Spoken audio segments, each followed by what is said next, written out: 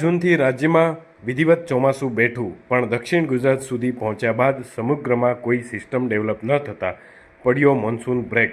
હવે 17મીથી ચોમાસાનો પ્રારંભ થવાની શક્યતા. આગામી 28મી જૂન સુધીમાં ગુજરાતમાં સારા વરસાદની હવામાનવિદ અંબાલાલ પટેલની સચોટ આગાહી કરવામાં આવી છે. ઉલ્લેખનીય છે કે ગયા અઠવાડિયામાં મહારાષ્ટ્ર અને મુંબઈ સહિતના વિસ્તારોમાં જોરદાર વરસાદ પડ્યો હતો. આ ઉપરાંત ગુજરાતના દક્ષિણ ગુજરાતમાં પણ વરસાદની શરૂઆત થઈ હતી, તેમજ સૌરાષ્ટ્રના અમુક ભાગોમાં પણ વરસાદ પડ્યો હતો.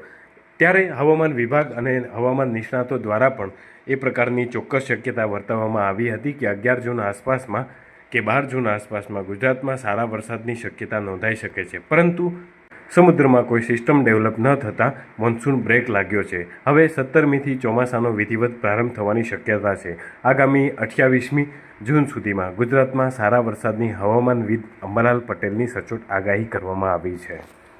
તારીખ 17 થી 22માં તેજ ગતિના પવનો ફૂંકાશે અને આ પવનનું જોર જબરું રહેશે.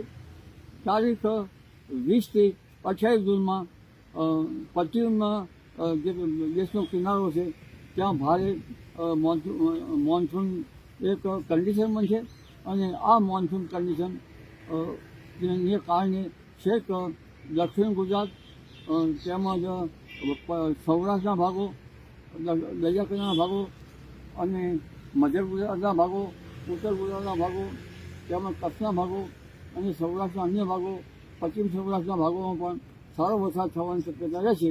એટલે 20 થી 28 જૂનમાં આદ્રા નક્ષત્રનો વરસાદ સારો થવાની શક્યતા રહેશે અને આ વખતે વાવણી લાયક વરસાદ થતાં આ વરસાદનું પાણી સારું ગણાય તો વાવણી કરવી ઇષ્ટ ગણાય. આગળ પિયતની સગવડ હોય તો બ્રેક લાગે તો એ વખતે પિયતની સગવડ હોય એ ઇષ્ટ રહે.